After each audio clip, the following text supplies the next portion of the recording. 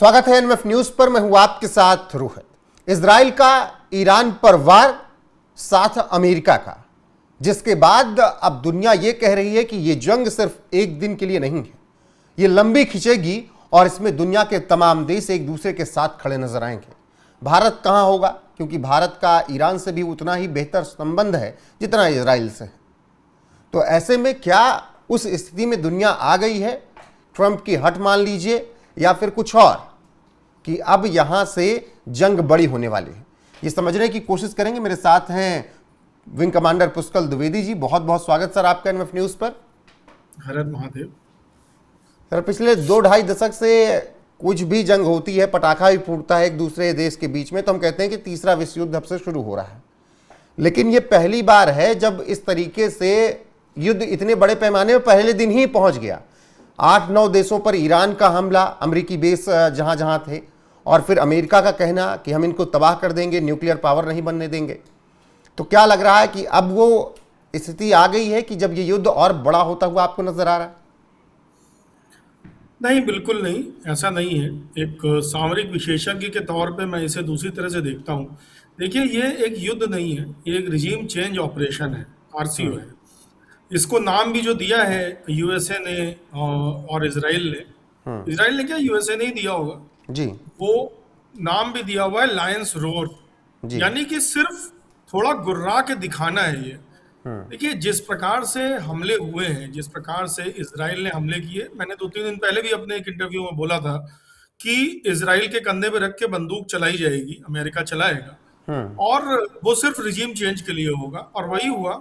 Regime change के लिए Israel ने जो अटैक किए वो कोई वाइटल एरियाज पे अटैक नहीं थे, वो मिलिट्री इंस्टॉलेशंस पे अटैक नहीं थे। जो अटैक पैटर्न जो होता है लंबी लड़ाई का, वो होता है suppression of enemy air defence SEAD operation से शुरू होके होता है। कोई भी कंट्री करे ऐसे, जैसे हमने देखा होगा कि ऑप सिंदूर में जब भारत ने स्ट्राइक किया, तो भारत ने जब देखा कि पाकिस्तान के ऊपर पाकिस्तान मदद कर रहा आतंकियों की, तो हमने एक फुल स्केल वॉर के तरीके से लड़ाई लड़ी कि हम इस हालत में थे कि हम उस लड़ाई को किसी भी अंजाम तक ले जा सकते थे, यानी पूरे पाकिस्तान पे कब्जा तक हम कर सकते थे। हम उस तरह से मिलिट्रीली उस तरह से ऑपरेशंस को आगे बढ़ा रहे थे। लेकिन ये जो हमले हुए हैं, ये चेतावनी है, ये रिजीम चेंज के लिए है। जैसे कि पहले भी हम लोगों को पता है कि 1979 के बाद जो इस्लामिक रिवॉल्यूशन हुई, उस रिवॉल्यूशन होने के बाद इसराइल को खतरा, डायरेक्ट खतरा पोज हो गया। उससे पहले तो इसराइल के बहुत अच्छे संबंध थे, जो शाह रजा के साथ जो शासन था ईरान का, उसमें तो इसराइल के बहुत अच्छे संबंध थे। और क्या फिर इनफैक्ट वही स्थिति लाने की कोशिश है कि रजा पहलवी सत्ता में हो? उसके 2-3 कारण हैं कि उनके जो लड़के हैं रेजा पहलवी, उनको सत्ता में लाना है। अमेरिका चाहती है, इसराइल चाहता है कि रेजा पहलवी फिर से सत्ता में आए, शाह का जो शासन था, जो उनके जो मर्यादाएं थी वो हों। और रेजा पहलवी ने बीते दिनों बयान भी दिया है, प्रिंस रेजा पहलवी ने, कि अमेरिकी deployment is a very good sign for the future of Iran. तो इसका मतलब वो अमेरिका के साथ है खुले तौर पे। अब देखिए कि अमेरिका की नीयत और इसराइल की, दोनों की नीयत इसमें अलग अलग है। इसराइल के लिए एक एग्जिस्टेंशियल क्राइसिस है, ये बात सच है कि इसराइल अगर खामनेई को नहीं हटाएगा तो उसके लिए एग्जिस्टेंशियल क्राइसिस बनी रहेगी हमेशा। तो उसके लिए शाह को लाना, रिलेशन अच्छा करना, और एक उस तरफ से अपना जो मिलिट्री माइट को जो लगा रहा है उसको थोड़ा सा कम करना, उसके लिए बहुत अच्छा है। लेकिन अमेरिका क्या चाहता है, एक बहुत इंपॉर्टेंट बात मैं चाहता हूं ये दर्शक, हमारे भारतीय दर्शक समझ लें कि देखिए, ये सिर्फ कहने सुनने की बातें हैं। ईवी हो गया, इलेक्ट्रॉनिक, ये जो बैटरी ऑपरेटेड व्हीकल्स, और ये ईवी वीवी सब फेल है डिफेंस में। बिना ये जो अपना फ्यूल है, जो पेट्रोलियम फ्यूल्स हैं, इसके बिना कोई भी कंट्री अपना डिफेंस नहीं खड़ी कर सकती, कोई कंट्री अपनी एयरफोर्स नहीं खड़ी कर सकती, कोई कंट्री अपनी रॉकेट फोर्स नहीं खड़ी कर सकती, कोई कंट्री अपनी स्पेस फोर्स नहीं खड़ी कर सकती। तो ये ईवी वीवी सब कमर्शियल हैं, ये सिविल यूज के लिए हैं। लेकिन अमेरिका समझ चुका है कि तेल के संसाधनों पे जिसका हक होगा, वही फ्यूचर में पूरे विश्व के डिफेंस को कैप्चर करके अपने कंट्रोल में करेगा। अब इस तेल में क्या है कि ईरान एक बहुत बड़ा तेल उत्पादक है, और आज की डेट में उसका 90% तेल चीन लेता है। जो स्ट्रेट ऑफ हार्मूज है, जो एक समुद्री रास्ता है जो ईरान के पास है, वहां से दुनिया का 20% तेल होके जाता है। तो अगर यहाँ पर यूएसए की गुलाम सरकार आ गई, या यूएसए के जिस तरह कह रहे हैं कि हित वाली सरकार आ गई, मैं तो गुलाम ही कहूंगा। ठीक है, तो यूएसए ने अगर अपना कोई पपेट यहाँ बैठा दिया, गुलाम सरकार बैठा दी, गुलाम प्रधानमंत्री राष्ट्रपति बैठा दिया, अध्यक्ष बना दिया, तो वो पूरा स्टेट ऑफ हार्मुज और जो तेल का प्रोडक्शन है वो उसके पास आ जाएगा। दूसरी बात, ईरान जो तेल प्रोड्यूस करता है वो ग्रे मार्केट में बेचता है, यानी कि तस्करी करता है। ईरान जैसा देश स्वयं तस्करी करता है। वो मुख्यतः चीन को हथियारों के बदले में और अन्य ड्रग्स और इन सब फ्लूइड इकोनॉमी के बदले में वो तेल देता है। इससे डॉलर और जो पेट्रो डॉलर की हम बात करते हैं वो सब कमजोर होता है, और इसके लिए मुहिम अमेरिका ने चला रखी है, पूरी दुनिया जानती है। और अब कई बार बिल्कुल, वेनेजुएला में क्या कुछ किया ये हम सब ने देखा, मादुरो को कैसे गिरफ्तार करके लाया गया और फिर ईरान को किस तरीके से टारगेट किया। लेकिन ईरान की तरफ से जो जवाबी कार्रवाई की गई पुष्कल जी, 8 देशों पर जहां पर अमेरिकी सैन्य बेस थे वहां पर मिसाइलें दागी गई, वो चाहे कुवैत हो, यूएई हो, दुबई हो। ये सामान्य तो नहीं है ना? देखिए, यहाँ तक मैं ये कहना चाहूंगा कि खामनेई का करेज तो दिखाती है, ये बात उनका करेज तो दिखाती है, लेकिन ये बहुत हद तक सामान्य भी है। देखिए, जब ये बेस बने, अमेरिकन बेस बने किसी कंट्री के अंदर, तो ये बात छुपी नहीं रही, और ईरान ने इन सभी कंट्रीज को पहले से ही बता दिया होगा कि अगर ऐसी इवेंचुअलिटी होती है, अगर मेरे ऊपर अटैक होता है इसराइल का, अमेरिका बैक्ड, तो मैं इन अमेरिकन बेसिस पे हमला करूंगा।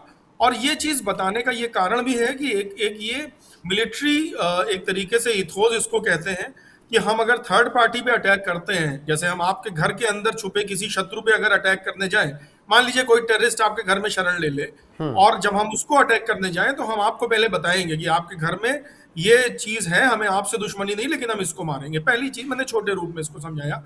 दूसरी बात ये कि देखिए, जिन कंट्रीज में ये हुआ है, जहां पर अमेरिकन बेसिस में अटैक हुआ है, वहां के किसी बड़े नेता या बड़े सेनाध्यक्ष, किसी का कोई ऐसा बयान ईरान के खिलाफ नहीं आया है। उन्होंने सिर्फ सेफ्टी एडवाइजरीज जारी करी है। इसका मतलब देवर क्वाइट ओके विद इट। उनको पता था कि ये अटैक आ सकता है। अगर उन्होंने यूएस को अपने यहाँ दिया है जगह, तो यूएस का दुश्मन यूएस पे मिसाइल मार चुका है, और वो बहुत संतुष्ट है यूएस की कैपेबिलिटी में।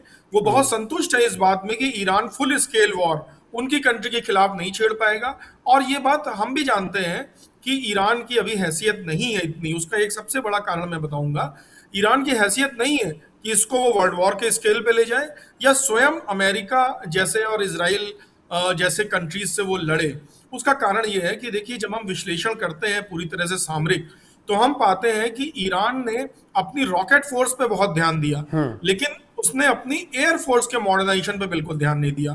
उसके पास C2 सिस्टम्स नहीं है, C4I3 सिस्टम्स नहीं है, उसके पास एयर डिफेंस नेटवर्किंग नहीं है, उसके पास एडवांस फाइटर जेट्स नहीं है, उसके पास रशियन ओल्ड फाइटर जेट्स है जिनके अपग्रेड भी वो नहीं करा पाया है। तो आज के समय में अगर किसी के पास अच्छी वायुसेना नहीं है, तो वो युद्ध में जीत तो भूल ही जाए। ये लड़ाई कभी ग्राउंड में नहीं जाने वाली है। और रॉकेट फोर्स जिसके भरोसे वो है, उस रॉकेट फोर्स से इसराइल को बचाने के लिए ही ये सारा जो हम देख रहे हैं, नेवल जो फ्लीट्स डिप्लॉय हुई हैं, जॉर्डन के अंदर एयर डिफेंस यूनिट्स एक्टिव हैं, और जॉर्डन की एयर डिफेंस यूनिट्स बचा रही हैं इसराइल को। तो रॉकेट फोर्स का जो वॉरफेयर है वो तो तू डाल डाल में पाट पाट चलता है। तो मुझे लगता है कि ईरान के पास ये कैपेबिलिटी नहीं है फुल स्केल वॉर करे।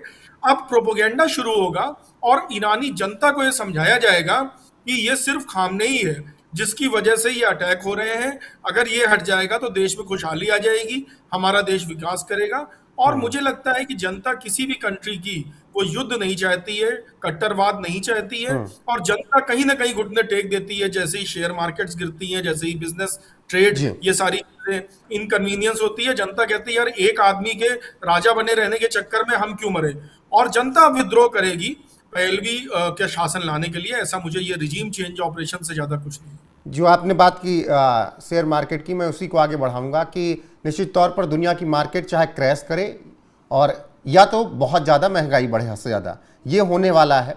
अब ऐसे में भारत के लिए कितनी बड़ी टेंशन है, क्योंकि भारत ना इजराइल से दूर हो सकता है ना ईरान से।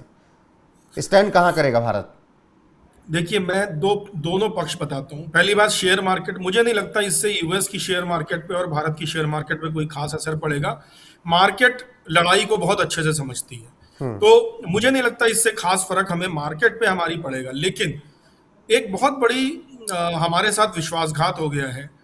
वो विश्वासघात ये हुआ है कि हमारे प्रधानमंत्री को इजराइल बुलाया गया और ऑब्वियसली अमेरिका के कहने पे बुलाया गया। ऑब्वियसली कहीं ना कहीं हमारे प्रधानमंत्री ने लिहाज रखते हुए इजराइल का और अमेरिका का ये विजिट स्वीकार की। उन्हें इजराइल में सम्मान दिया गया और उनके आने के जस्ट बाद ये युद्ध शुरू कर दिया गया। ये बात इतनी सीरियस है कि ये ईरान के साथ हमारे रिश्ते खराब कर सकती है, क्योंकि हमारा राष्ट्राध्यक्ष इजराइल गया और लौटते ही ये हमले शुरू हो गए। ये चीज हमारे रिश्ते खराब कर सकती है। मुझे लगता है इसके अलावा भारत को और कोई चिंता करने की आवश्यकता नहीं। ठीक है, बहुत शुक्रिया पुष्कर जी आपका। लेकिन ये जो आपने आखिर में जाते जाते बताया कि प्रधानमंत्री मोदी के लौटने के 2 दिन बाद ही इजराइल की तरफ से ईरान पर हमला किया जाना, ये सामान्य नहीं है। ये एक बहुत बड़ी प्लानिंग भी हो सकती है अमेरिका की, इजराइल की नहीं। बाकी बहुत शुक्रिया आपका, जिस तरीके से आपने विस्तार दिया इस पूरी चर्चा को और काफ़ी चीज़ें अपने दर्शकों को समझाई। बने रहिए हमारे साथ, जो भी अपडेट आएगी आप तक जरूर पहुंचाएंगे। अभी के लिए बस इतना ही, नमस्कार।